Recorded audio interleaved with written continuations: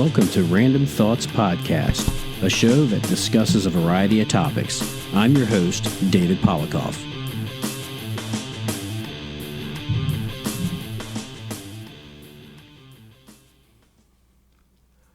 Good afternoon. Welcome to my fourth installment of Random Thoughts Podcast. I've had some really good feedback on some of the shows that I've done before. If you're a first-time listener, go back and listen to the other shows. The general premise of this podcast isn't necessarily having to do with the fire service, which is where I currently work. It's just about a bunch of different things that kind of come to my mind, and I just try to seek out the people that can answer the questions of things that come into my mind. But today we're going to talk about leadership versus respect, and respect. And we are going to talk about the fire service a little bit today. I got a good friend of mine here, Phil Bird, who lives in my community and works for a department in the Washington metropolitan area as well as me. And we're just going to kind of talk about leadership, respect, training, things that make the fire service good, things that may make the fire service not so good, and just the general overview. And everything that we talk about on here is obviously rooted in our opinion and things that we see. But without babbling on, which I tend to do, Phil, welcome to the studio. Hey, thanks for having me. And I've known Phil for, I want to say, about 6.5 years.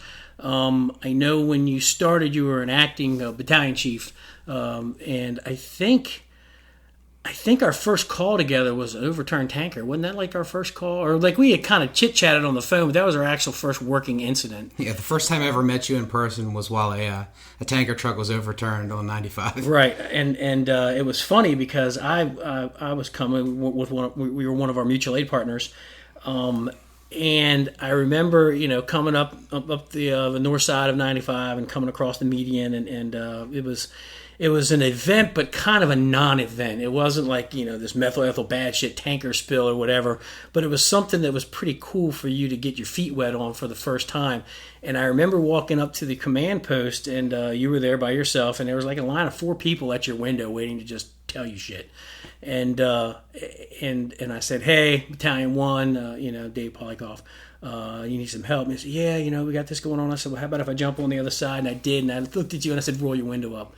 And you looked at me and like with the shock, I was like, roll your window up. And it's like, that's my operation. I don't care. Roll your window. He rolled the window up and he looks at me and I said, come over to this side. And I said, no disrespect. He's got his hands full. We're going to run this together. You tell me what you need, and we'll do that. And I think it worked out pretty good. I mean, it ended up being, an event, but a non-event. But we went through the motions, and what a call to get your feet wet on. I mean, it could have been a lot. There could have been gasoline tanker. I think it ended up being like mineral oil or vegetable oil or something like that. Or yeah, it was. It's a little foggy as to what it was, but it could have been bad. I knew it was some type of fuel product with an upcoming a rainstorm that was going to happen any minute. We had the road was under construction.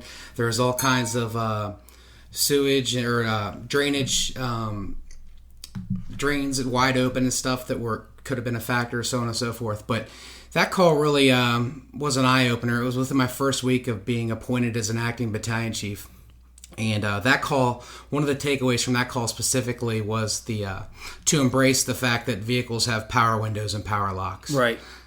Because you certainly, and I use it every call now to this day, whether it was the fire chief on down, having the ability to, one, have an aide or have somebody assist at the command post that you can have a good sounding board to lean on, because, it's hard to pull all those levers and stuff as a command officer when you don't have an extra set of ears. You may miss something while writing. You may, miss an important thing about the fire because you're too busy staring at your check sheet or your command board. To have another set of eyes was very valuable. And to be able to direct those people to your side of the vehicle so I could actively listen to things going on and draw a better picture as to what's going on and make better choices. So right. Yeah, it was definitely beneficial. And if I remember correctly, with that particular call, I think we ended up having at least three to four mutual aid partners coming on that particular call because of where it was. And the tanker had overturned just perfectly that it blocked every single lane of southbound 95 where nobody could come around. They had to all come up the northbound to come back around that were coming from the south. So it was just like that. And I remember you had the hazmat component, potential fire component, the mutual aid component, then you had water supply component, and you had everybody that felt that they had something important that they needed to tell you at that moment, which we all know it's not. And I learned from the very beginning. We had command class and all that, and then they said, be respectful, but make sure that the windows up. We call it a sterile cockpit. You don't want 100 people coming in. If you're flying a commercial airline, you don't leave the door open so everybody can come in and just kind of bullshit with you while you're trying to fly the plane. You got to fly the plane. And nobody took offense to that. I don't think he got in trouble for that. Actually, I think it was more of a you know what? And I really don't worry about feelings in that aspect of it. It's a fire department. And if you have if you're going to wear your feelings on your shoulder and be upset about that, then obviously you haven't done what we were trying to accomplish. Right. So one of the things I find is that there's pros and cons to either working out of the back of your vehicle, your command vehicle, or the front. I could say there's pros and cons all day, but if I can have that sterile environment where it's, unscathed, or I have control over when it gets interrupted or not, it's a big benefit. As opposed to working out of the back of your vehicle or working as a dynamic incident commander, walking around the fire building itself and having everybody pull you aside, citizens, law enforcement, outside agencies, American Red Cross, all those various, companies or agencies, that really creates a huge distraction, and that was a benefit of working in the front that day. Right, and I know, I myself and Frank Ritchie from New Haven, we did an article a year ago talking about commanding inside and out. Up where he's from, they command incidents from outside the vehicle. And we command incidents from inside the vehicle, and people, it's like fog and smoothbore now. It's the next argument that comes up. It's like, I do it this way, I do it that way. There's no wrong way, as long as you are engaged in what's going on the fire ground. And if you're one of those dynamic command officers that has to roam around, I think you're going to miss a lot. And they talk about, when you read any NIOSH report, it always, the top three is communication, command, and failure to follow SOPs. Sure. And two of those things right away, communication and failure of command, are right there. If you're walking around, you're not seeing the picture. And if you think you need to see something, then, we can assign people to go look at that for you. With today's technology, we use FaceTime all the time.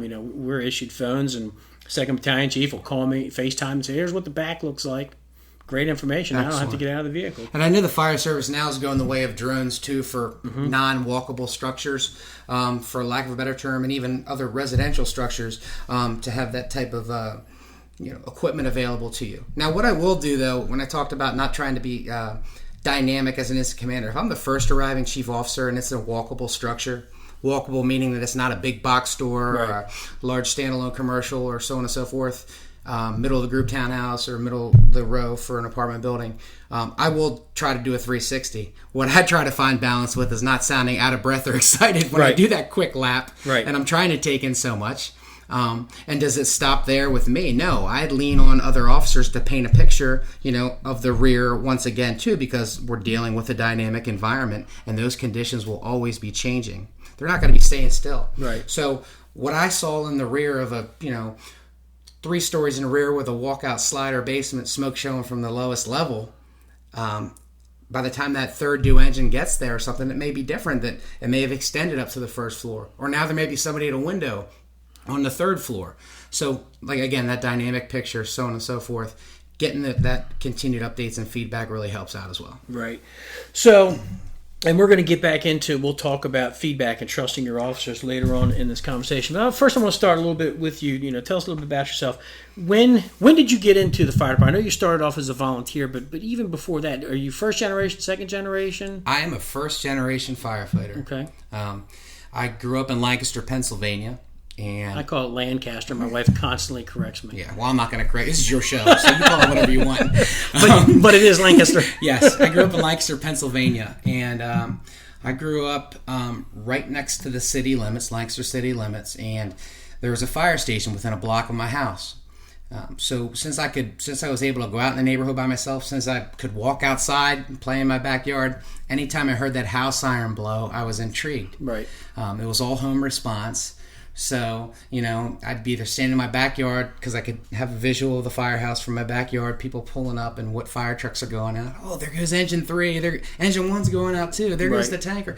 So and so. I remember just watching. I had a buddy of mine that lived in the neighborhood as well who, had that same interest. Now, his dad was a firefighter. His brother was a firefighter. But we were both, 4 years old at the most. And then when we were 5, somewhere around that time when the house siren go off and it was during, playtime hours, we'd go outside and we'd sit across the street from the firehouse on the curb just watching people come, and people have blue lights and so on and so forth, so you'd see them pulling up. Something I never did in the fire service is had a blue light, but you'd see them come from home and you just watch. And then that developed into, all right, now I'm, junior age. So I started in 91 as a junior at this firehouse, went up through to 18 years old. And when I was 18 years old, and I'd taken a bunch of classes. I'd taken as many classes as I could prior to, because this is what I wanted to do. Anytime I was asked in school, what do you want to do? I'm like, I want to be a firefighter. So you knew it at elementary or middle school? Elementary. Yeah, that's kind of early elementary. I mean, and the first generation got, my parents embraced it, and they said, have fun, learn as much as you can, and be the best you can at it. So, 18, this fire company that I was a member, I'd only ran about 500 calls a year. Sure. But that was the busiest in the county at the time. Right. So we were running calls, over one and a half per day, give or take. And but it still wasn't really, enough. There was something else out there. There's something else out there. There's a lot of Pennsylvania guys that come down to Maryland. So we see that a lot. Yeah. There is something else out there. Yep. So I was fortunate that I guess through, I don't know, some type of fire department event or whatever, somebody from our company met somebody from Bladensburg, Maryland. And they're like, you can come down and ride if you have, firefighter 2 and, CPR, so on and so forth. We have our own insurance. This is back in the 90s, you know. It's totally different now. It is. But yeah, come on down and ride. I went down there and I was amazed at the pace of things. And I was like, this is me. We're running, I ran 6 calls within 3 hours. We weren't standing on an auto accident for, 2 hours writing down each vehicle's VIN number. I wouldn't say it was, less accountability or anything like that, but it was just a quicker pace. You didn't have time to do that. The highway cleaned up the roads. We weren't sweeping up fuel spills and oil leakage and tail lights and stuff. And it was just go, go, go. And I loved it. And I made the choice shortly thereafter, after I graduated high school, that I was going to move in down there. Right. My plan ultimately was to become a career firefighter. So what I had done, and I was fortunate to be in close proximity to the University of Maryland, was take as many classes as I could while applying to agencies in and around the metropolitan area. So my whole thing was, the first fire department that hires me, I'm going to be totally on board. And I remember sitting in my job interview saying to the board that I've been waiting for this my whole life. This is the furthest I've gotten in a process. I just want a chance to prove to you that you made the right decision. Let this be the organization that I work for. Right. That was the point where they're like, do you have anything else to say? Or do you have anything else? Because I answered all the questions. You didn't lead off with that. No, definitely. But you'd be stupid if you don't hire me. Right, but I wanted to make sure they understood that. Sure. And I think I did the best I could to live up to that, promise. So this organization hired me, and I've been fortunate to move up through the ranks, and now I have over 20 years with the department. Awesome. I know I was a third generation, and I remember from a very early age, I was born in PG County, and we lived there for a while. I tell people, I said, I was an original Kentland guy. We lived on Landover Road, believe it or not. Everyone's like, really? Yeah, man, did a whole year there, as a baby. And we moved to Greenbelt, and my stepdad, he married my mom when I was 4 or 5 years old. He was a member there, and my grandfather was a life member there. And I remember vaguely, hazily remember going down there to Greenbelt Firehouse, and the dog, they had a dog there, Pepper was their Dalmatian, would drag me around the firehouse, and like that was my second home. And I became a junior member in PG County at the age of 12, and did that until I was 16. By that time, we had moved to Montgomery County. And once I turned 16, I joined my local fire department in Montgomery County because they didn't take junior members there. And I did high school cadets, but I knew at like 7th grade, I know what I want to do. I know what I want to do. It's just a matter of I got to get old enough to get there to do it.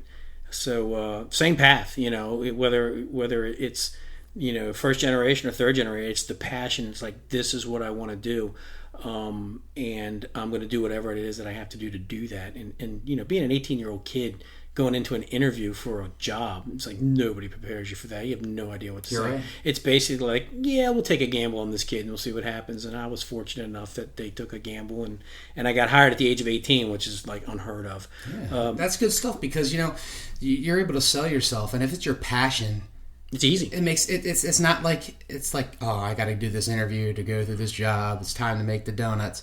No, you want that opportunity, and if you want to become a firefighter, you're chomping at the bit to get that far in a process. Yep. And an interview panel can see that, as opposed to somebody that's like, well, I'm 26 and I haven't really done anything. I'm looking for some good benefits. Yeah. I heard you guys have a 25 or a 20-year retirement or this type of you know what? You're gonna get bad reviews from me because you can feel it. Right. So you can also feel passion on the same side. Sure. You know what I mean?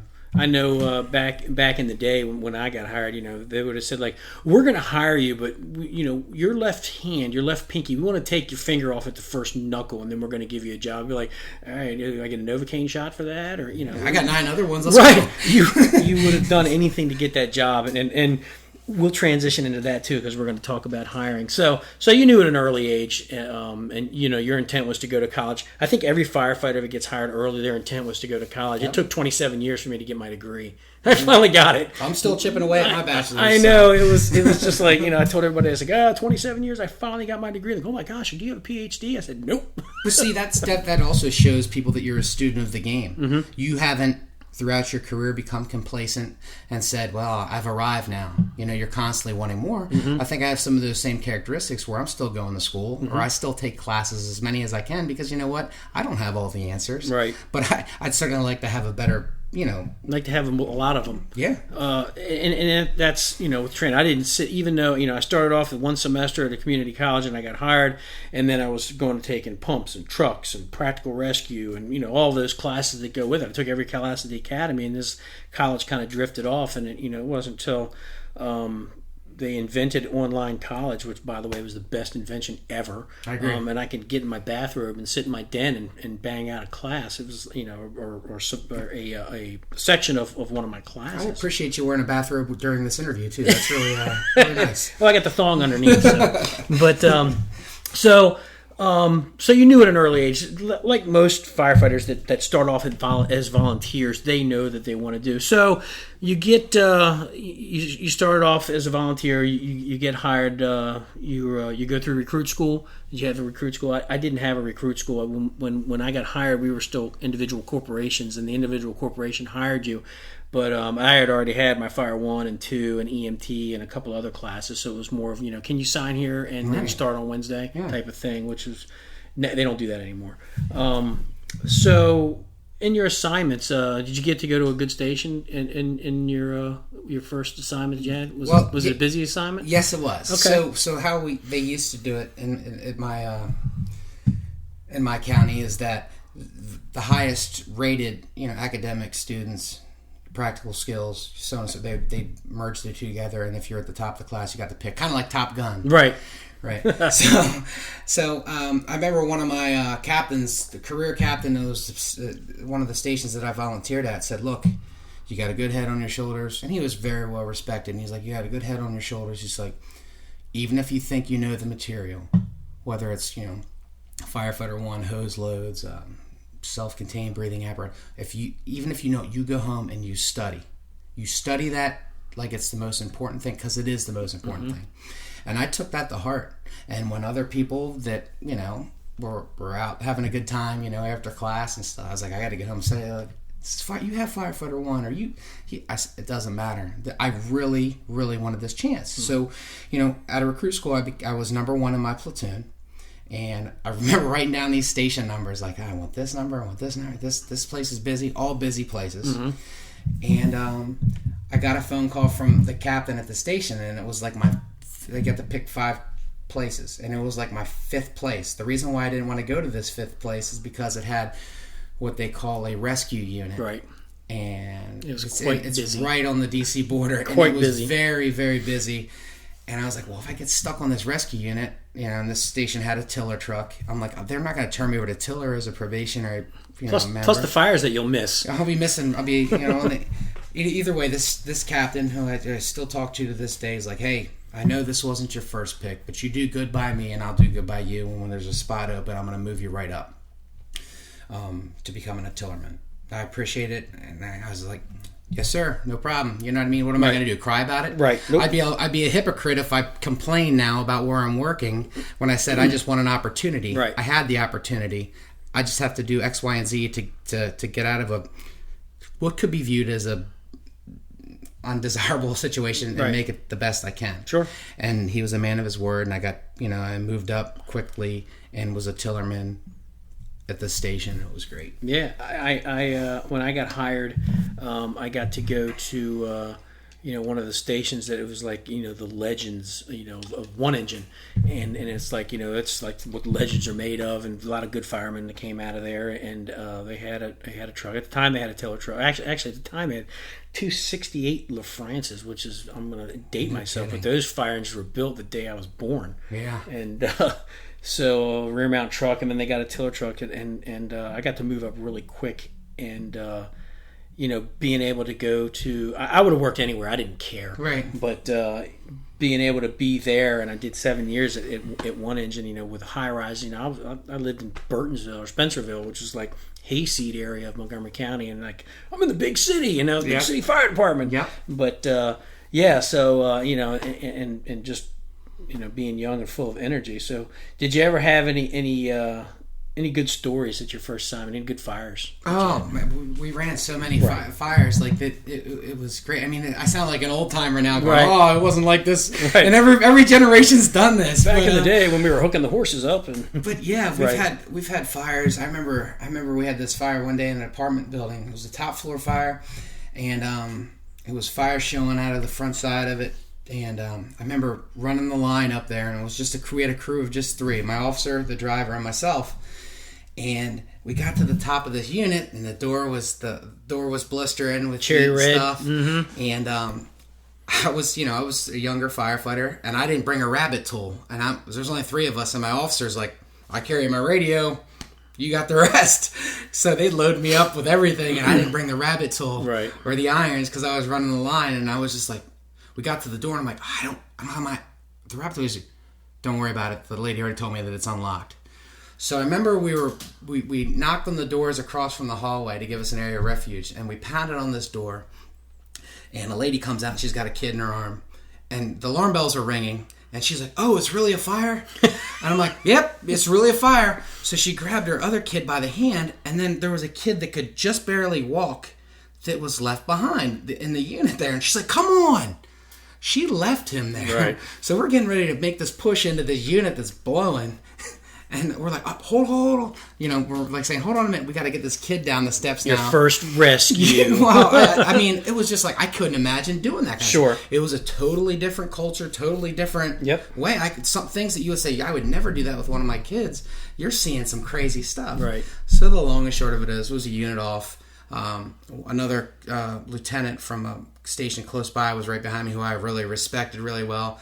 He's like, get a look in there real quick. How's it look? He's like, oh, it's good. He goes, all right, I'll feed you hose. Go handle your business.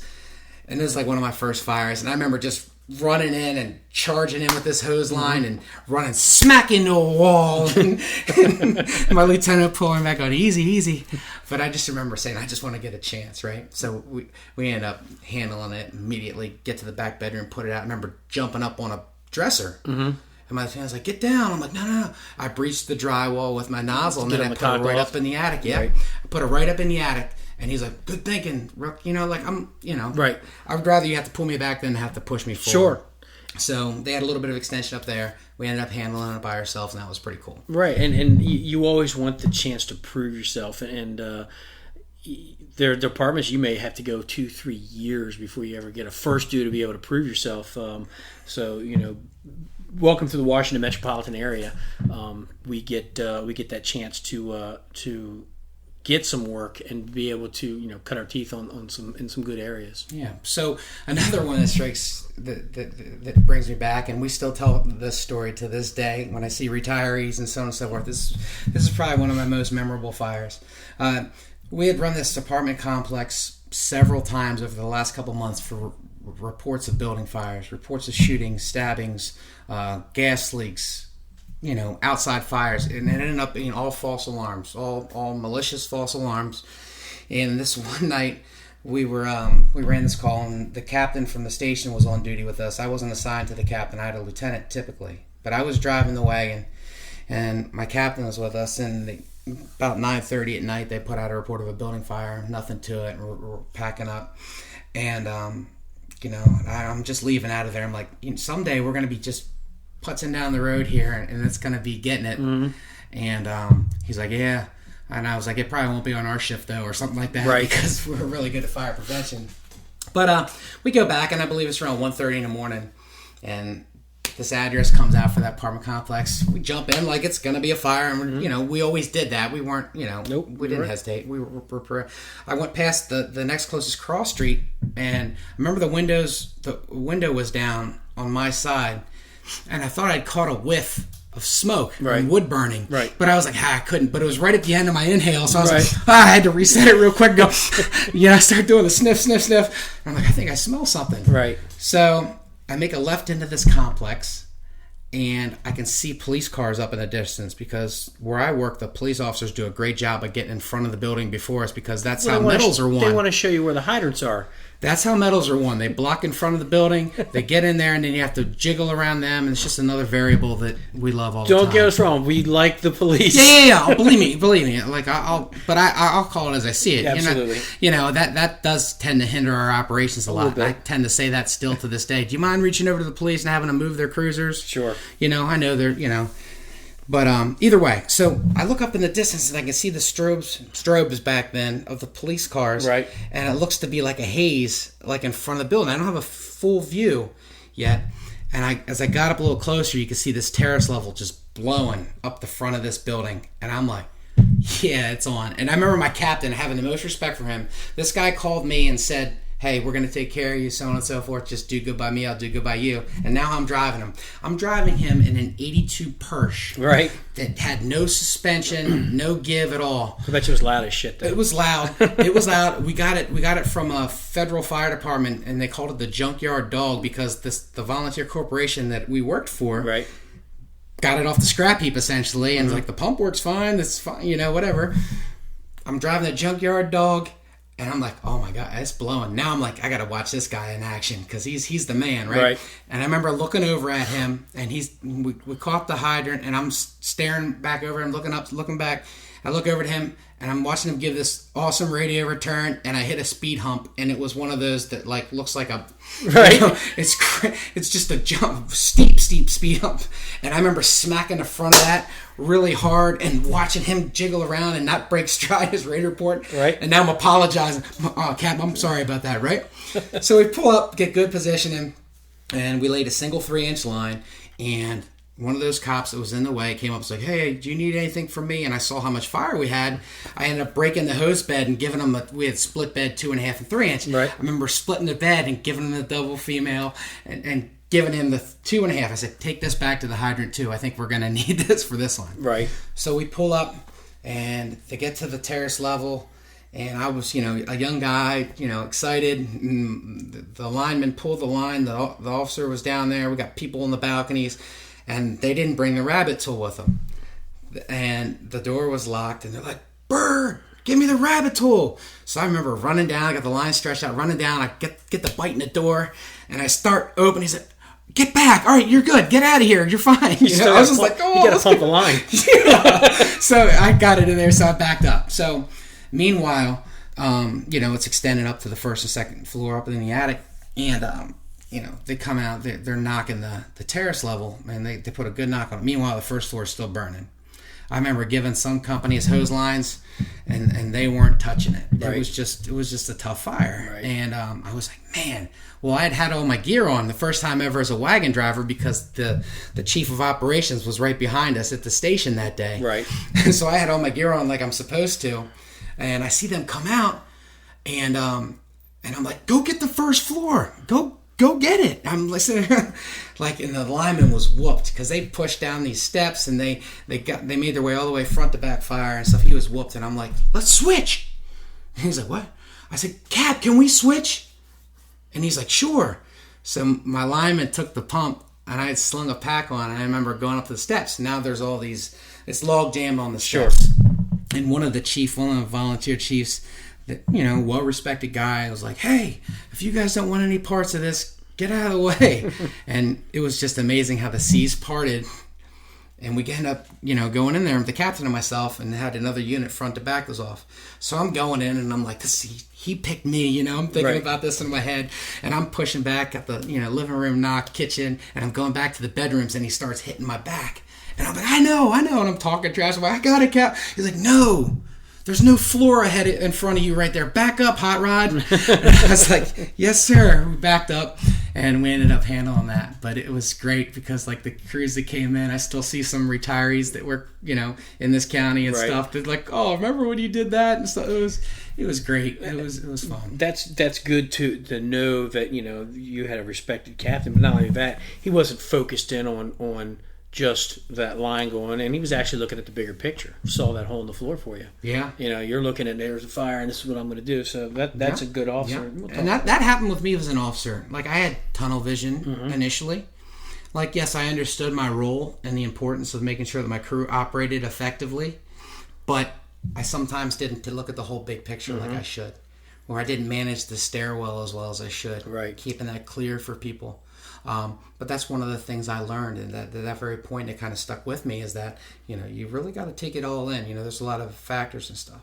What ended up happening after this fire was it was a murder where a guy got grossly murdered with a stick, put it in places we don't even need to talk about, and stuff. I guess the guy was telling on the police about drugs or something like that. He was a witness or something, but he was just taken care of, and they let the unit off in the terrace level and murdered him. So I guess they were gauging what, the response types and who all comes. Do the police come first? Do they do which they do if they're in the area on the beat and stuff.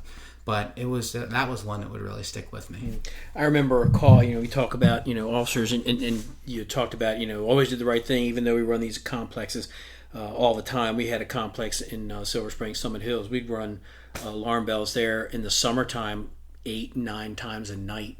You reset the bells, the old bells, unscrew it and flick the switch and put it back, and then kids would be behind us, pulling the alarms behind us.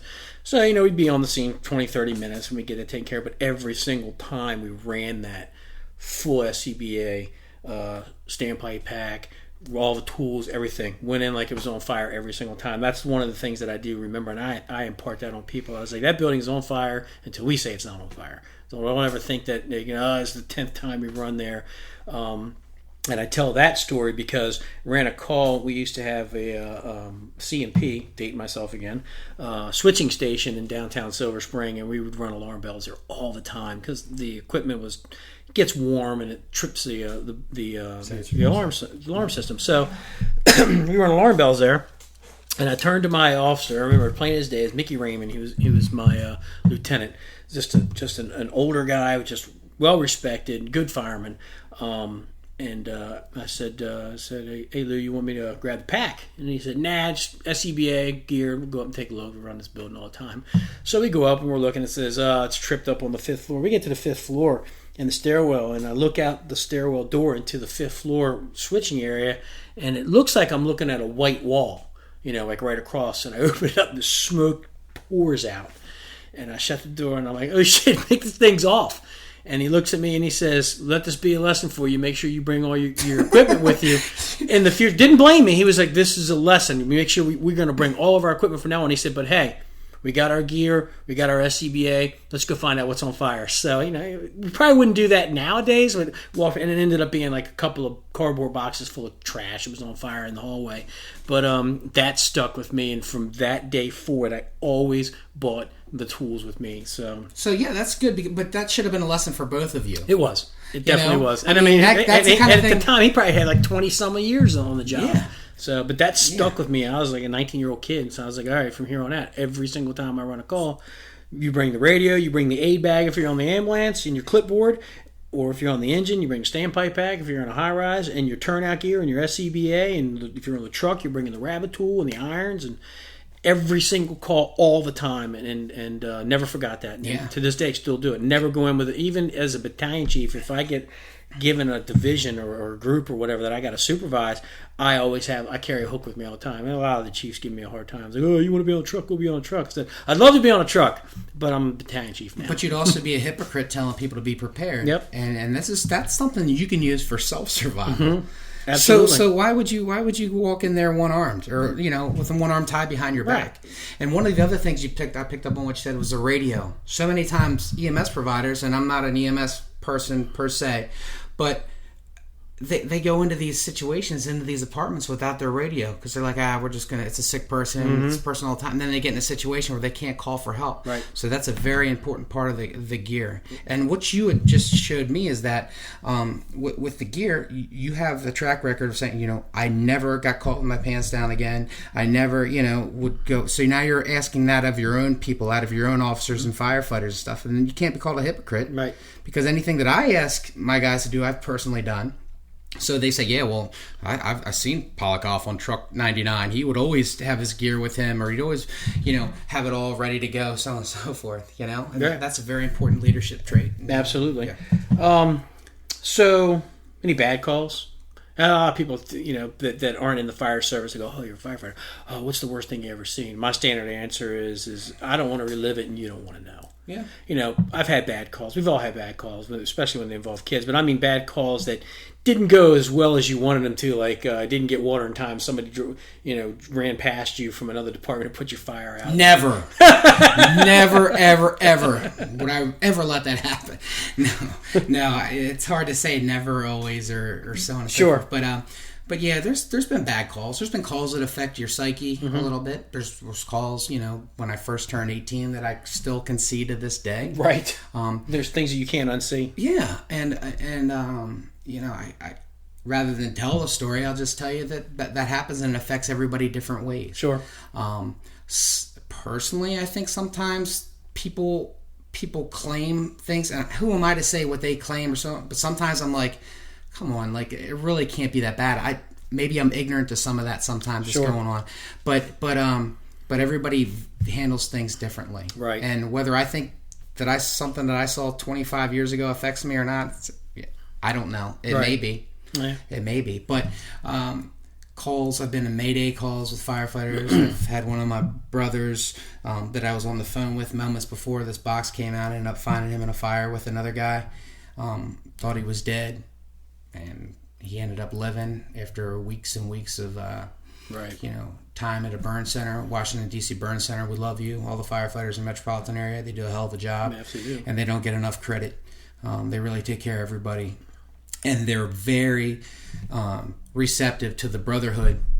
Because we show up in forces. Once one of our brothers gets hurt, we're there. Sisters, Guarding we're the there doors. deep. It really makes it hard for them to do their job, yet they totally understand us. So we're very thankful for them. Sure. So yeah, firefighters getting injured.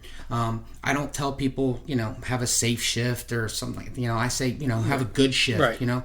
Injuries are part of the job, but our job as command officers and leaders in the department are to make sure that we put them in the best situation to succeed. And I treat every house as if my own family members are in there. Sure. So that profiling that people do and that some people preach and so on and so forth, I say, look, this is my house. This is a report of my kids being in there. What am I going to do? And I take that on, and I expect my officers to take on that same mindset. Absolutely. I've had bad calls and it's stuff that has stayed with me throughout my career, but I've had bad calls where I forgot a tool or couldn't, the pump couldn't get in gear or, stuff like that where, your guys didn't get the line up quick enough and, somebody runs by you. And it is, we preach that firefighting is a team sport, and it's competitive. it is competitive. It's not as bad as it used to be. It's definitely not as bad as it was back in the 1800s in New York, where you're fist fighting everybody. But it is competitive. The last thing you want is to not do your job. And I tell people when I teach classes, I said, firefighting is the only job where somebody else doesn't mind doing your work. That's true. That's the only job. That's true. So I've had bad calls like that. So let me jump in here. So about equipment and being prepared, that same captain that I still love and admire. Mm-hmm. I was on this rescue unit, and I was on it with a rookie that was in my recruit class on the rescue unit as well. And I know he and I were 1 and 1A for him to get the next spot into a firefighter slot at that station. Right. And my regular officer at the time didn't drill with us, as much as this captain did. This captain was, he did everything. Despite the call volume, despite, all the ancillary stuff the department threw at us, we still managed to drill. We still managed to do, perform really well on calls and stuff. So he's like, hey, get your gear, meet us in the truck bay. We're going to go over stuff, get your gear on. I go into my gear, and this is about being prepared, and I don't have my gloves. Now, this is 10:30 in the morning, so we had already done apparatus checks, done our PT, done all this stuff. It's time to roll. I'm on a dedicated BLS unit, right? Mm-hmm. I can't find my gloves.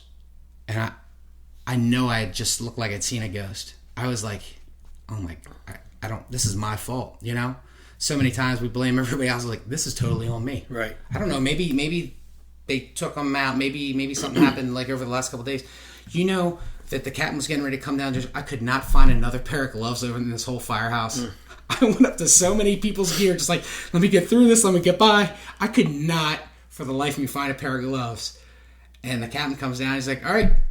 So, of course, 1A, I'll call him, is standing right next to me. He's got all his gear on with his gloves, and I have no gloves on. He's like, where's your gloves? First thing he did was pick up on it.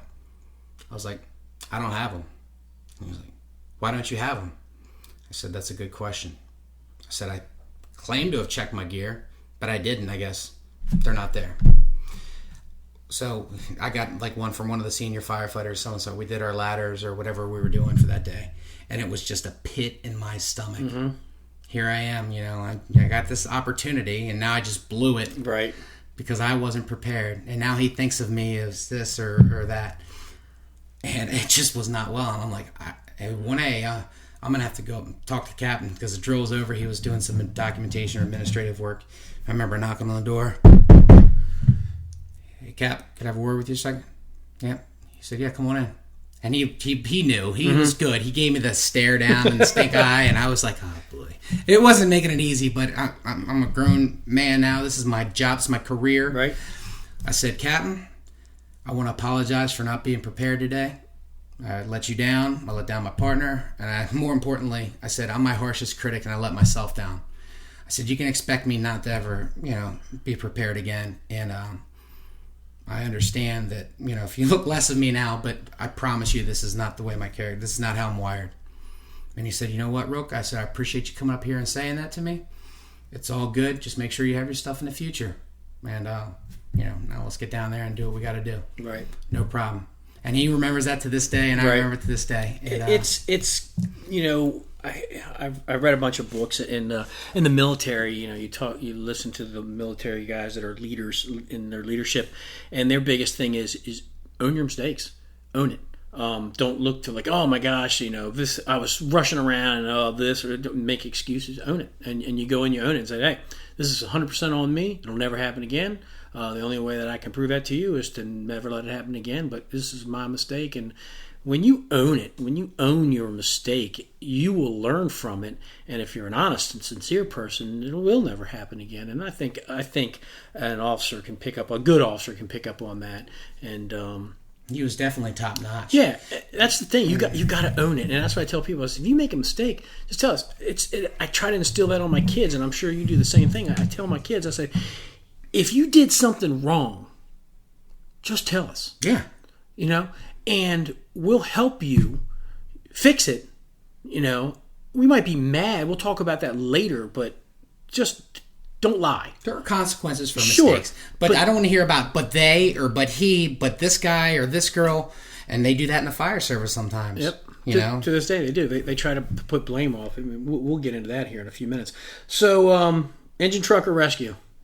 Trucks. Absolutely, all day long. I like trucks. It's funny because when you go up north, I know a handful of guys that I teach with in New York. It's special service all the way. There's a couple of engine guys, hardcore engine guys, but it's special service all the way. And then you come down here and it's like engine, and I'm like, it's JV. That's what you learn. You learn on that, and then you become a man and you move up to the special service. And then when you've got all that good and you want to sit back and freelance, then you get on a rescue squad. But for the most part, truck's where it's at. Always has been, always will be. So truck work to me is there's just so many different levels. There's a lot of things to know, and you're doing it without a hose line majority of the time. That's not to say that I've never had a hose line in my hand as I'm being on a truck. No, I get that. I've had hose lines in my hand from being on a truck. I'm like, really? You have that first phase, though, where you're helping the initial line get in place. Sure. Searching the immediate fire area. Right. Getting access to the building itself. Right. So those are some variables, some obstacles you can have right off the get-go. Right. And having plan, extra plan B, plan C, plan D, so on and so forth. So you get to that. You get to the place where you have to open up, right? You opening up walls and stuff. Now everybody's out there high-fiving because they think the fire's out, right? It ain't out yet. Right? It's got work to do. Right, but there's some people out there like, whew, I'm going to take a breather, get some Gatorade. I was instilled in my crews. I was like, hey, we're going to outwork everybody. Mm-hmm. I'm sorry. This is how we're gonna do. This is how we operate. We're gonna be hydrated beforehand. I'll give you breaks around the firehouse and stuff like that. But when we're called to, when our truck, we'll call it truck 1, is called to this fire, there's gonna be no rekindles, and we are gonna outwork everybody. And when other people are standing around, we're gonna keep working, and we're gonna ask them to step aside or something, or excuse me. But we will definitely outwork everybody. And I had a guy, text me or tag me on Facebook on a post a couple days ago where he remembers when I was a lieutenant giving him that same message, and they had a fire that required a lot of opening up, a lot of knee walls, a lot of storage in the attic space. And he's like, I remember a lieutenant telling me back in the why we try to be the best. We're the best because we do outwork everybody. We train when others aren't, and it certainly felt very rewarding today. And this just happened less than a week ago. Sure. And it feels really good to hear that kind of stuff. Man, I tell people, when you can't start off on a truck. You got to start off, on your engine. You got to cut your teeth on the engine, learn how to pull lines, learn how fire works, have a good officer behind you. And then, you move to the truck company, and it's a lot of independent thinking, a lot of independent work. A lot of times you might split a crew, and the senior firefighter and another firefighter might go off in one direction, and the officer might go off another. If you got like a 5-man truck, you might have the driver by himself on a roof. Maybe a lot of people think that's a big no-no, but it happens. So you have to be able to think of what's going on, and if I do this now, what are the consequences? Am I communicating with what's going on? So even though I bust the balls on the engine guys, call them JV, and you move up to the varsity league when you're on the truck company, there is a lot of independent work. So yeah, truck's where it's at. I don't care what anybody says and what flack anybody wants to give me. It's truck work, period. So I know you said that you'd had that fire where you had the floor in front of you and the captain stopped you. Any other oh shit moments that you had? It's like, holy crap, Yeah, I had a fire one time where I was operating as the outside vent man on a truck, and it was a house going pretty good where the attic was on fire. And again, I was working by myself because the officer and the barman were on the inside. Mm-hmm. Man, fire was blowing out of the gable ends pretty good on both sides. And I remember having a ladder going up to the roof on the delta side or the fore side of the structure. And I remember just going up through because I'm like, I'm done. I got ladders everywhere. I got lights dropped in here. I got the utilities controlled. And I said, well, I might as well go to the roof, right? So I go up to the roof, and I remember having like an axe. I don't remember if it was a pick head or a flat head. I don't know. I had an axe with me, or maybe a hook, one of the two. And I remember getting on the roof right next to the chimney, and my boot falls through the roof. Mm-hmm. And there's fire below me. And nobody knew I was up there. And I remember holding on to the chimney like, all right, this sucks. And I'm like, what the hell am I doing up here? I'm not one of these people that say never, go to roof. That's under so much scrutiny across the nation. There's a time and a place for everything. Right. I agree. If it's warranted, let's go to the roof. Paint a good picture. Don't be just a bored company that has nothing better to do and then load 16 people up there to stand around and watch some. There's a place for vertical ventilation. But I was up there, nobody knew I was there, and I almost fell through. What was below me was an advanced fire in the attic and the top floor of this fire. And it took one or two steps, and it was like, oh my gosh, I'm in a I'm in a bad situation here. I didn't talk about it when I went back. Right. There wasn't a near miss, Report. thing you could fill out or anything like that. But it didn't sit well with me. I mean, I'm still like, I'm not, I'm aggressive. I think of myself as being aggressive, but I'm not like just Reckless. Right. Exactly. There's a difference. And I felt like I was totally reckless there. I had no reason to go up there. It was vented through the gables, blowing really good, and it was well advanced, and I obviously couldn't support roof operations, so why was I up there? Sure. Now, I remember your oh shit moment, and it's hilarious. I think about it now. You and I had known each other for at least 6.5 years, 7 years now, and I'm watching the Weather Channel. Okay. And I'm watching this because I remember the tornado that came through College Park, and it killed those 2 girls. That was actually one of the lead guys from MIFRE. And I was at work that day. I was working in Bethesda as a lieutenant, and I'm watching this program. This is probably like 5 months ago. And I'm looking at it, I'm like, that's Phil! I tell my wife, she's like, who? I was like, right. Phil Bird. So talk about that a little bit, because you're the only person I know who's ever in a tornado. Sure. And talked about it. Sure, I'll tell the story. So my girlfriend had an apartment in Burtonsville, and I remember part of becoming eligible for promotion where I work is that you had to become a paramedic. So I had to go to medic school. At that time, it wasn't even for a promotion. It was in order to keep your job. So we had signed some contract that said, we'll become a medic within 3 or 4 years. Was it the old ERTs or whatever? I don't know what that department called it. True that. But anyway, so I'm leaving Burtonsville, and I'm like, man, the sky looks crazy today, right? My wife's getting ready for work. She's a nurse at Children's in D.C., and I'm going to MedStar for this class.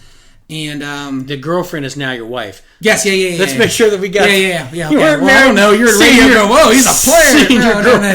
No. Yeah, right. She became my wife. She still is my wife. So we're all good there. Okay. So I remember I was going across Adelphi Road. Mm-hmm. Adelphi Road runs between Prince George's County and Montgomery County, right up to the line there. And I'm going across Adelphi Road, and I get to University Boulevard and Adelphi Road, and I'm just like, as I'm driving and approaching the intersection, I'm like, this is the craziest thunderstorm I've ever driven in.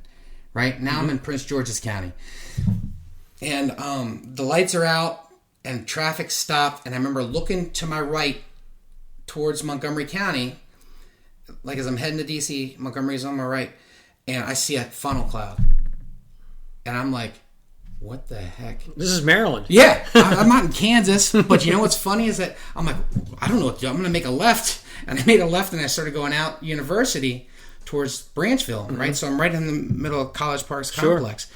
And I'm like, I'm going to outrun this thing. And I remember I had a Ford Bronco Eddie Bauer. It looked like OJ's truck, except it was green. Right. And I made a left on University. I'm like, I'm going to outrun it. I said, I don't know what else to do. So I'm in the far left lane heading outbound, and cars beside me are literally getting flipped over. And I'm like, I'm not going to make this. So there was a median up ahead. I remember putting in 4-wheel drive and just driving into the median. And I remember cocking my seat all the way back going, as I'm driving up to the median, I'm like, I cannot believe a tornado is going to kill me. I said, I'm in Maryland, and I'm going to die of a tornado. I said, I hope my friends find some humor in this. I remember thinking this, this is unbelievable. And I remember going in there, and I cocked my seat all the way back, and I remember covering my head, and the glass around my truck is just getting shattered. Everything but the windshield, one of those little T windows on the driver's side, was not broken.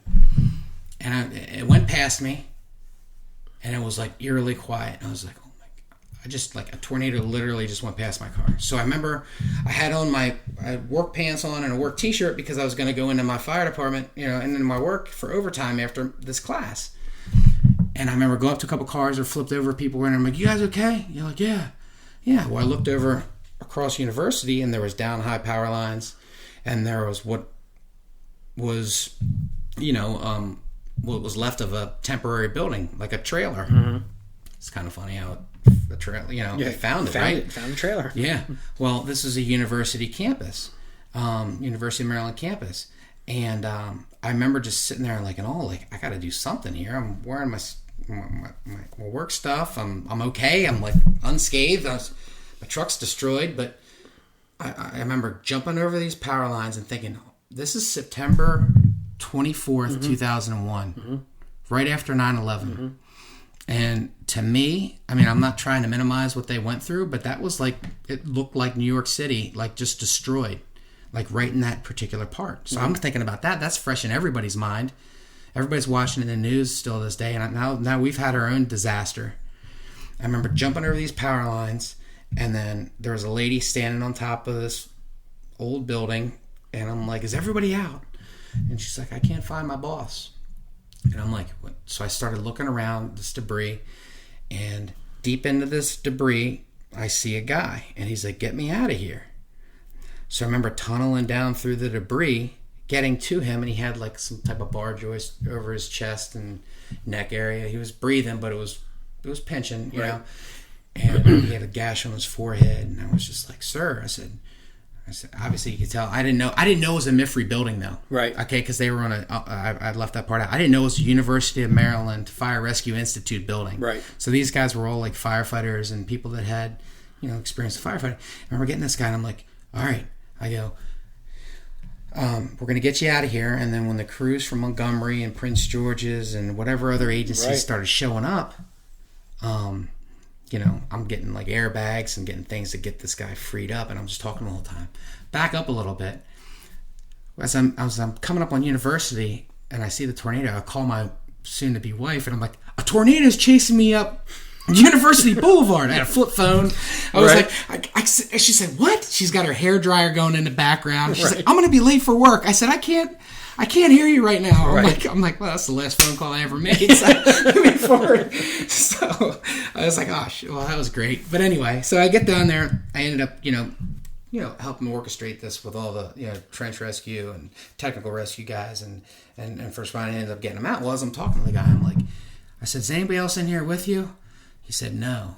I go, good. I saw the other lady, and she's okay. He goes, yeah, my daughter's just left here. And I was like, okay. I said, well, they're fine. I said, that's good. That's good, because this is the worst thing right here. We're going to get you out. You're going to be fine. Fast forward, it ends up his two daughters were in the car driving outbound. A tornado caught them and through their car. Just killed her. Those are the two fatalities. Killed them. Yeah. And it was totally crazy. I mean, I felt so bad because I told them that they're going to be fine.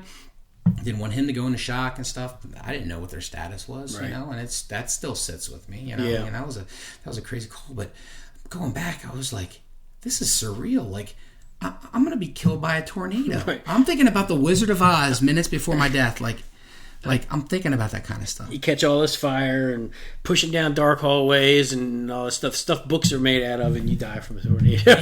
In Maryland. I think they said it was an F1 or an F2. I have no idea. I don't remember what it was, but I remember I was at work when it happened because we were listening to PG and where it came through. And I remember specifically the line that it took through College Park. It came in through Branchville, over Cherry Hill Road, through the Home Depot, across 95 and into that open area, which is now where IKEA is. I mean, you could just see the path of destruction. Created a trench. And it fizzled out over in Beltsville somewhere. So I didn't go to class that day. No, you did not go to class. And I called my lieutenant the station I was scheduled to work overtime, and I'm like, hey, Lieutenant, I was just in that tornado. I'm a young guy. I was like, Lieutenant, I was just in that tornado at College Park.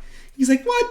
He said, get the hell out of here. Hangs up the phone on me. I was like, all right. Well, some of the chiefs within Prince George's County, Montgomery County, saw me and were able to call my place of work and say, hey, Bird was there, So they called my department and stuff and let them know that I remember driving, because I worked in an area that wasn't that safe, but I remember just sitting in broken glass, like on my truck, because it was still drivable. I mean, the windshield was shattered. Right. But I remember just like any vision, all the other windows were out of it. I remember just driving it and putting it in the bay at the firehouse until I could get it towed.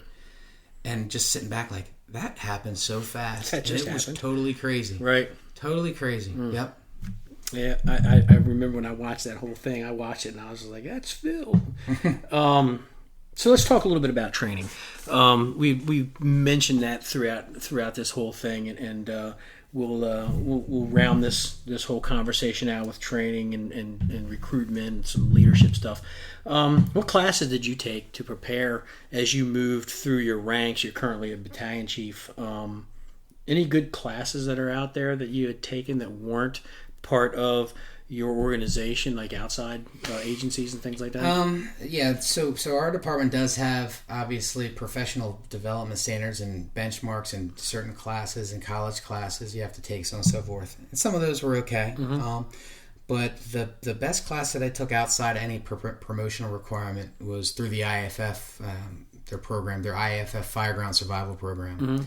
I was fortunate enough to beta test this program with instructors all across North America, people from LA City, LA County, Phoenix Fire Department, Toronto, New York City. So they came down to our department to beta test this class, which incorporates a bunch of different skills. Because when we first started out, it was one thing to get over just calling a mayday, when you're in trouble.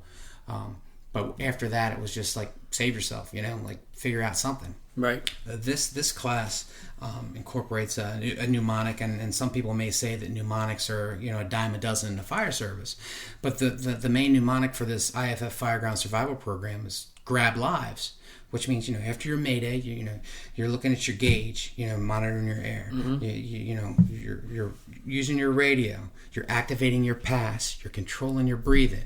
You're staying low. You're shining your flashlight, another piece of equipment that you should have with you. At least two, because one won't work. V, volume. Polikoff gets made fun of because he's still a truck guy as a battalion chief, but that hand tool that he carries can be used to make noise. So people, if he's in a situation, he can pound on something or feel around and make noise so you're making volume. That's the V. E, you're going to look for an exit once you call a mayday, whether it's on a hose line or finding windows or tracing load-bearing walls.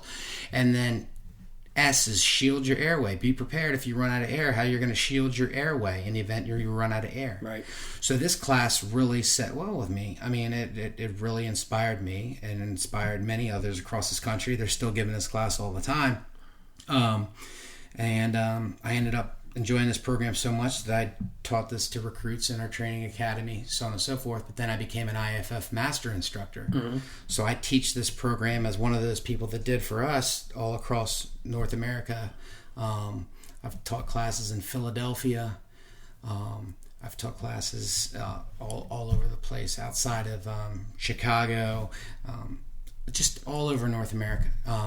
It's been really, really rewarding. And I remember there was a firefighter, Lieutenant Latorno, that died in Philadelphia a year ago, right? So his line of duty death report should be. They don't do those, but I remember reading the circumstances about, his death. But listening to the fireground radio, listening to the audio, putting myself as a chief officer in that situation, what would I do? And I do that with calls in our jurisdiction, outside of our jurisdiction, all over.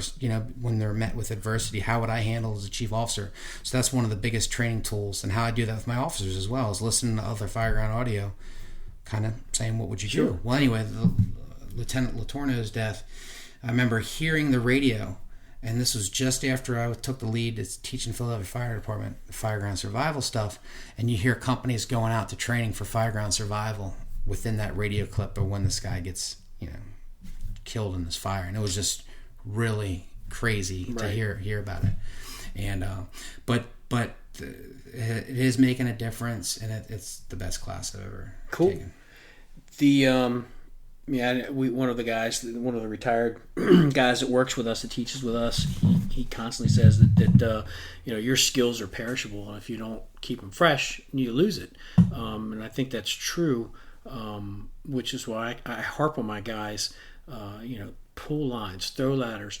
We sometimes get caught up in this, the latest and greatest, and we got to do these complicated drills and all that stuff. And I tell people, I'm like, that's good stuff to know, but that's like 1%.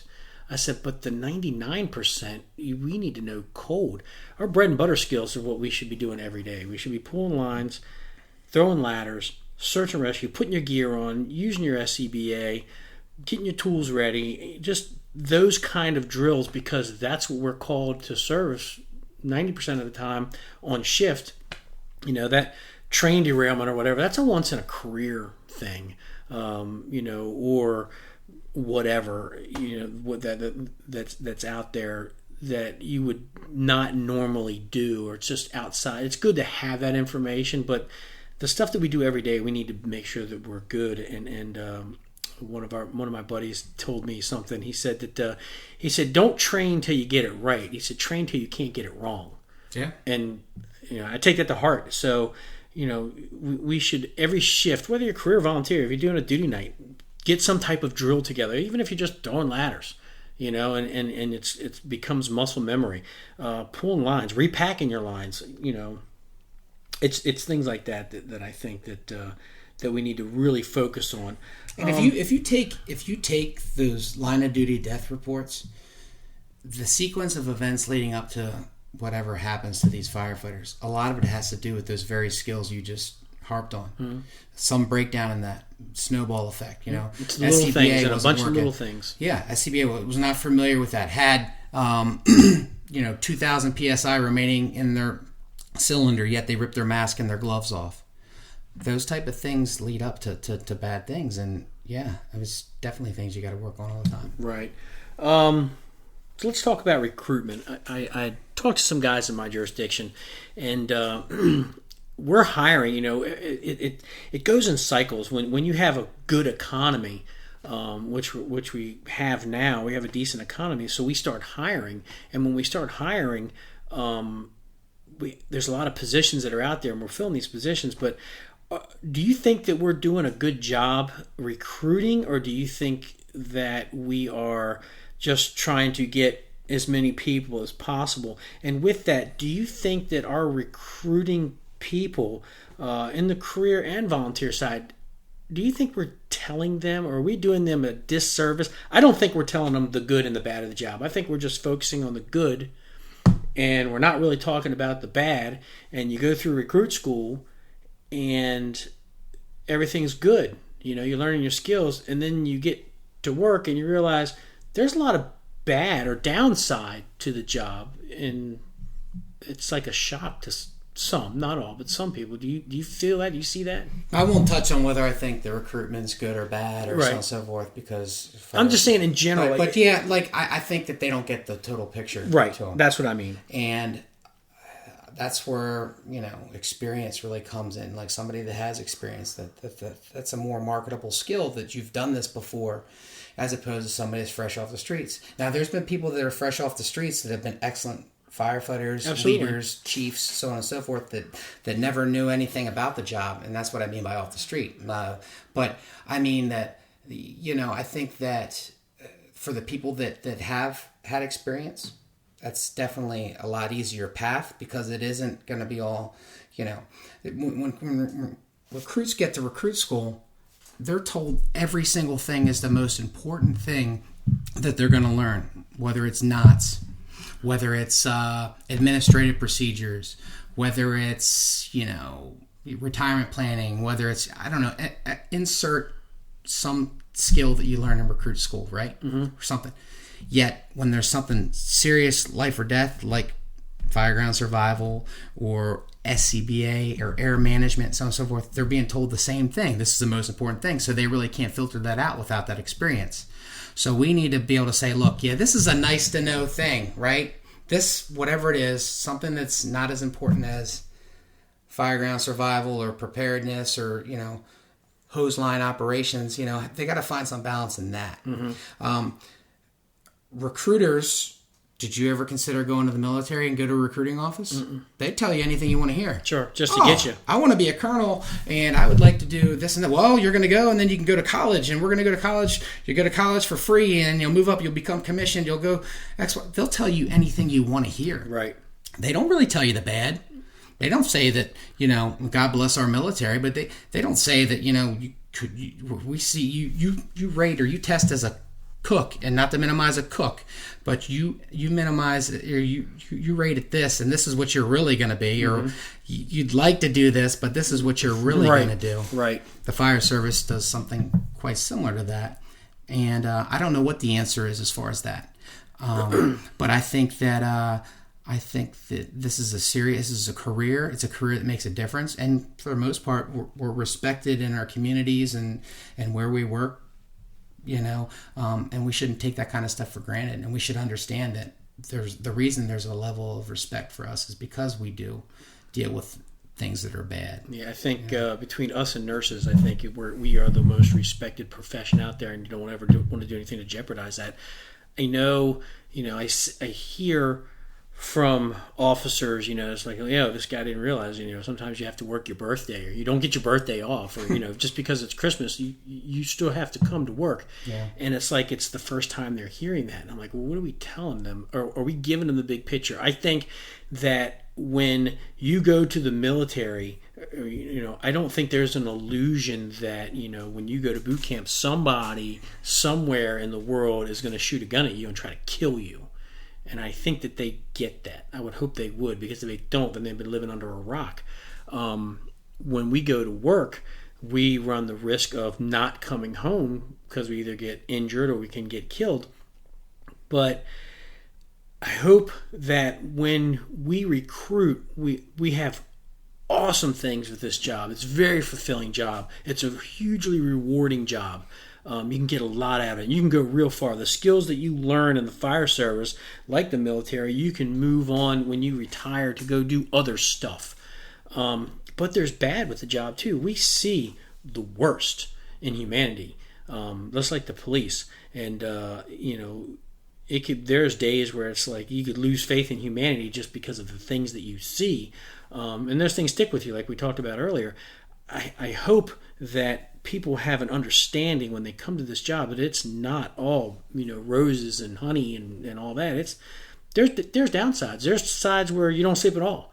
There's many moments or hours of boredom on top of 20 minutes of terror, and it just seems like we're kind of glossing over the downsides, and I think people need to know. They need to be educated that there are some downsides, and your body takes a toll. We're 5 times or whatever the number is now of risk of getting specific types of cancers than anybody else in that works an office job.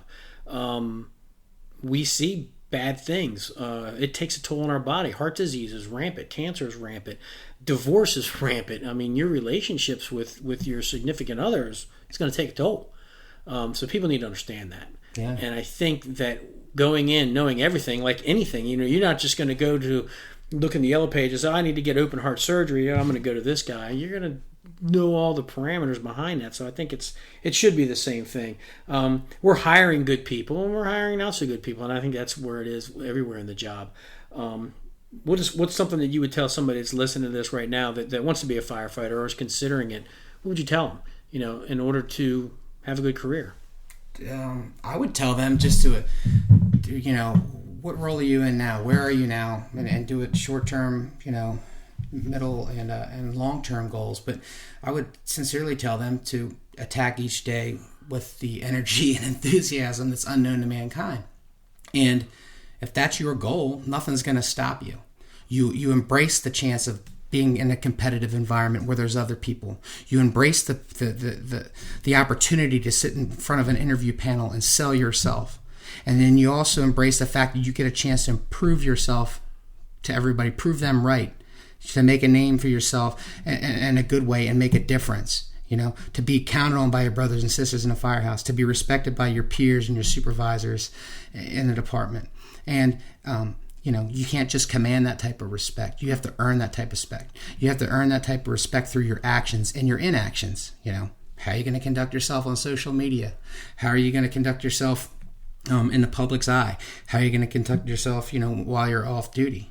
And just, it seems so far away when you don't have a job as a career firefighter. It seems like I'm never going to get called up. But then you get into this process and you get the opportunity to make it work, and you'll get there. You'll get there if you honestly work at it and try your best and make sure that you make yourself the most marketable and potential employee. You'll get there. And that also does apply to the volunteer fire service, right? Sure. You have people that there's incentives to become volunteers, so on and so forth. There's different programs and stuff. There's college stuff. Same thing as recruiters or the armed services and so on and so forth can get you to college and so on and so forth. But why would you go into anything half-assed? Attack it, man. Embrace it and be all in. Be into the job, not on the job. 100%. Every shift. Yep. Or every day you go to the firehouse, you got to be 100%. And then go home and de-stress and be with your family and then come back to work and you give 100%. And that's the hardest part for me is de-stressing because I'm wound tight as it is. And yes, my wife's a nurse. Yes, I've been married almost 20 years to her. And she's seen me at some of my lowest points when some of my brothers were near death. Right. And I still felt like she didn't, understand, how I felt. And that's something we have to work on. That's something I have to work on. But, you firefighters that feel that way, you feel down about, certain things and stuff. And everybody, like I said, everybody handles things differently. There are so many more resources available to you nowadays than what there were when we were coming up. And yeah, there's a stigma attached to, asking for help still. There's still a stigma with maydays in some situations. We're calling for a mayday because you don't want to feel like you've let yourself down or your crew down or the embarrassment. But, I think we've done a lot with maydays and stuff and not really, scrutinizing people. We may ask the why. How did you get in this situation? Right. But when it comes to calling a mayday, hey, good for you. Now let's learn from it. You have to have thick skin. You have to have, shoulders, and you have to be your harshest critic. So those are all potential things you'll run into as a potential applicant or a candidate or a member of a volunteer corporation. Things you have to be ready to embrace and understand. And that's my wife's a nurse as well, and we've been married for almost 20 years. A couple of kids, and the thing is, she knows what I'm going through. She's ridden on calls with me and things like that. But I wouldn't dare complain about being tired or whatever, because she's like, really? I just worked a 12-hour shift and didn't eat breakfast, lunch, dinner, or pee. So who do I have to complain about? So we commiserate together and we laugh, and I think that's that home life. You got to learn to be able to communicate with each other, and I think we both know when we've had a crappy day or you're pissed off about something, and I feel that I can tell her, this pisses me off, whatever, and I just don't like rehashing it sometimes because it's just sometimes it annoys me to the fact that it's so much that I'm like, it's a work thing. It's just, but it all comes down to communications. I think if you tell your partner that, if you tell them that work pissed me off, I don't really feel like talking about it. Just give me a couple of hours and I'll work through it or whatever. Let me watch some TV or something like that. She knows my first day off is usually pretty rocky. Right. Because, it's just, you're up all night. There's a lot of stuff. And I don't need to sell it each time. You're like, I ran 3 calls every midnight and this or that, or I don't do that with her. But yeah, through all the negative, I wouldn't trade it for anything in the world. Not at all. And I still like getting up to go to work in the morning. I still look over at the alarm clock in the middle of the night like, oh man, I still got 3 hours, so I got to go in, or till I can go in. So it's still, after 20 years in the service, starting in 91, and yeah, it's still, I wouldn't trade it. No, I sometimes still wake up before my alarm clock goes off, and I'm like, damn it. But, I still enjoy. Everybody's like, well, when are you going to retire? I'm like, I'm still having a good time. Yeah. I still enjoy the job, and I'm not ready. So yeah. So I guess you think I get sometimes I get upset with what my bosses put out or ask me to send along to the troops and stuff. But when I get to work with my troops on a fire and see them do well because they've all bought in to this mentality, how we're going to work and conduct ourselves, it all makes it worthwhile. Sure. And we'll round this out now with we talk a little bit about leadership and what defines a good leader. And you brought up something a lot of people will cop out, that the bosses may be pushing something down and it's like, I don't really buy into that, I don't agree with that. And in a good organization, as management, you can just say, I would always look at the chief or whoever's pushing down. Tell me why. Tell me why this is important to you. And even at the end of the day, if I don't agree with it, I'll still carry your flag because you're my boss. But I'm not going to cop out and go, we got to do this because the chief wants us to. That's a sign of a poor leader. You just say, hey guys, this is what's come down. This is why we're doing this. We're going to move forward with this. This is important, so let's make it happen. And it's coming from me. Even though it came from the boss, it's coming from me. I think if you're consistent like that, and you don't pawn it off, something that you don't like, by bitching down to the guys. No, and I get you, and I still fall into that trap from time to time because sometimes I don't get the why. Right. And when it gets sent out to us, I understand which lane I'm in. Meaning, is this a lecture or a discussion? Right. And if I know it's a discussion, I'm going to bring up questions like that. It's a lot of times people sit on their hands and they're like, "Well, I don't want to rock the boat." Right. But short of disrespecting, a commanding officer or a superior officer, I'm going to make sure I understand the why. If it's that type of environment. Now, an emergency scene, the why isn't important. You should have already front-loaded that why. That why is definitely front-loaded. But you have some people that try to sell that. Hey, everybody out of the structure. Well, Chief, we got 2 more minutes in here. We should have it knocked down. I don't have time to listen to your sales pitch right now. Right. The answer is, we're doing this or that. But if you get some administrative procedure and so on and so forth, and it sometimes is a tough pill to swallow because we don't like change. Well, there's 2 things firefighters. What is 2 things that firefighters don't like? The way things are and change. Yeah, and it gets tough to carry that flag sometimes. And it's tougher, when you're in a situation that your superiors don't want the feedback. Mm-hmm. If they don't give you an opportunity to give feedback on something or how to improve something, well, then what are you sending down to your organization? What type of message are you giving there? And that happens from time to time. It does, and that kind of, to me, if you want to ask a question and they don't want to answer it, to me, they don't believe wholeheartedly what they're sending also.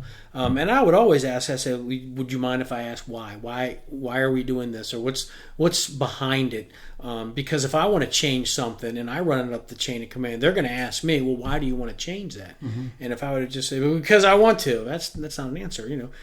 Give me all the facts, and I'm like, all right, I don't fully embrace it, but I'm going to carry your flag and I'm going to bring it to the troops, and we will do this because this is what you want. That's kind of our quasi-military hierarchy that we do.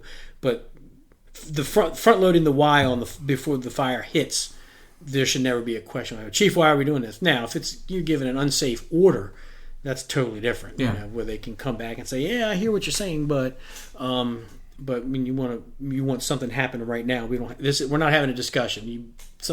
Somehow or another, you feel that we're having a discussion. We're not. I'm telling you, this is what we're doing. Yeah, and the why is important though. So when you do get sent different things, or you run these calls and stuff, I do ask the officers and the driver operators, why did you position where you did? Mm-hmm. And I'm not saying you did anything wrong. I just want to know the why. Absolutely. And if you can't answer why, then that's another discussion, right? Mm-hmm. So that they know that's the way I operate and stuff. So I want to say, hey, you did a great job taking your line to this position by this means, or getting your ladder truck, turntable to this corner, despite this and that, or taking time to negotiate all these different variables. How did you do it, and what was your thought process? And sometimes you learn something too. Mm-hmm, absolutely. But one of the examples I give my guys is the why is like, people pull up to a long high-rise building. Picture Silver Spring area, all those high-rises, right? And you got a report of smoke on the 5th floor. Doesn't give a room number, doesn't give a wing, doesn't give anything like that. And they arbitrarily, or they just position at this side of the building and start setting up the outriggers and stuff. Meanwhile, they haven't got a report from the 5th floor yet. Right. So how do you do that as a chief officer or a command officer saying, hey, I like you being proactive, seeing what your building will reach, but what if it's on the opposite side and you got people jumping off the floor, or on the balcony there? Now you got to take up your, aerial and retract that. So you got to find the balance and that kind of stuff. So whereas if you see fire blowing out of the 5th floor on the alpha side, the alpha quadrant, by all means stick it. Right. But if it's a big building where you can't cover that 2 sides of the building with your aerial and stuff, and you're putting your stuff down, you got to find a way to feather that and say, hey, look, I appreciate you being. That's a lot better than just pulling up, hitting the brake, and not doing anything. Right. Why don't we wait till we get a location in the building, and then when we're done, when we're racking up, we'll put it in different spots and see how it works like that. So that's one of the things of the why. And I think what makes a good leader is being consistent. First of all, you get respect, and there are 2 different things. You get respect because of what you've done in the past, leading you to where you are now. If you're a good fireman, you can do no better compliment to a firefighter than to say, like, you're a good fireman. I don't give a shit how many medals you give me. That doesn't mean anything. It just means somebody was creatively writing something up. But to tell me, to pat me on the back, and my boss said, "Man, you're a hell of a fireman. You're a good officer." That carries more weight. You take that consistency throughout, you get the respect because you've been there, you've done that, you're consistent about it. Getting that to be a good leader, you are taking and asking questions. First of all, one of the things I tell people is I never walk in the room thinking I'm the smartest person in the room. Right. Never. Doesn't matter what color shirt or how many bugles I have. There's always somebody out there that knows more than you, and you need to understand that. And to ask questions like, hey, you rolled up on the scene, why did you position here? The very first time you have that hot wash where you start asking why, they're going to think, hey, why is he questioning me? But as you continue to move forward, people are going to be like, no, that's the way he conducts his hot wash. He genuinely wants to know why, and he can take that information and use that, for lessons learned and things like that. Hey, why did you park here? Well, because this high rise is this big, we didn't know what floor it was on. My theory was I'm going to park here, and if we need to move the truck, then we'll move it down here, and then we set our outriggers up. Sure. Awesome, and that's a lesson learned. I think if you pre-front that whole, I'm going to ask you why you did things, just to see how your mind works.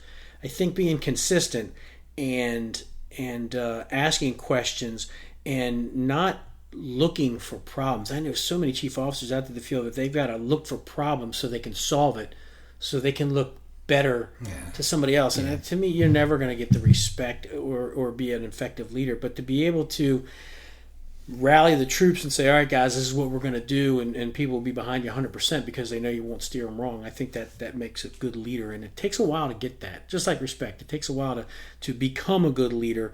I tell you, leaders learn how to be good leaders. Respect is earned. Yeah, I agree. How I had a tough transition going from a firefighter to a lieutenant, physically doing things. Like, here, just give me that line. Let me show you what I mean.